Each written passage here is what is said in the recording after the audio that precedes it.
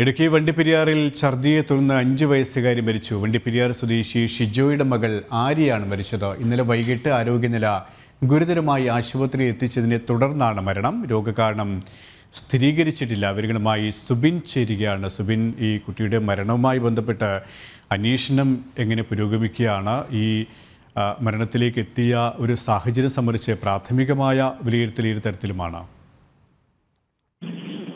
ഇന്നലെ വൈകുന്നേരം മുതലാണ് ഈ വണ്ടിപ്പെരിയാർ സ്വദേശിയായിട്ടുള്ള ആര്യയ്ക്ക് ഈ ഒരു ഛർദി അനുഭവപ്പെട്ടത്. ഇതേ തുടർന്ന് വള്ളക്കടവിലെ തന്നെ ഒരു സ്വകാര്യ ആശുപത്രിയിൽ പ്രവേശിപ്പിച്ചിരുന്നു. ഇവിടെ നിന്ന് പ്രാഥമിക ചികിത്സ മരുന്നുമൊക്കെ നൽകിയ ശേഷം ഇവരെ വീട്ടിലേക്ക് തിരികെ അയക്കുകയാണ് ഉണ്ടായത്. ഈ വീട്ടിലെത്തിയിട്ടും ഈ ഛർദി കുറയാത്ത ഒരു സാഹചര്യത്തെ തുടർന്നാണ് പെരുമേട് താലൂക്ക് ആശുപത്രിയിലേക്ക് കൊണ്ടുപോയത്. ഈ സമയത്തേക്ക് കുട്ടി തീരെ അവസ്ഥ നിലയിലേക്ക് ആവുകയും ചെയ്തിരുന്നു. ഈ ആശുപത്രിയിലേക്ക് കൊണ്ടുപോകും വഴിയാണ് കുട്ടി മരിച്ചത്. ഈ കുട്ടിയുടെ മൃതദേഹം നിലവിൽ പെരുമേട് താലൂക്ക് ആശുപത്രിയിലുണ്ട്. അവിടെ നിലവിൽ ഇപ്പോൾ ഇടുക്കി മെഡിക്കൽ കോളേജ് ആശുപത്രിയിലേക്ക് പോസ്റ്റ്മോർട്ടം നടപടികൾക്കായി ഇപ്പോൾ കൊണ്ടുപോകുമെന്നാണ് വ്യക്തമായിട്ടുള്ളത്. ഈ ഒരു പോസ്റ്റ്മോർട്ടത്തിന് ശേഷം മാത്രമേ മരണകാരണം എന്നുള്ളത് വ്യക്തമാകൂ.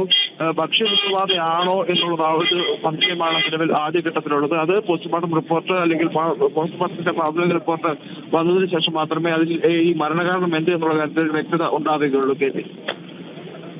സുബിൻ തോമസ് ആണ് ഇടുക്കിയിൽ നിന്ന് വിവരങ്ങൾ നൽകിയത്.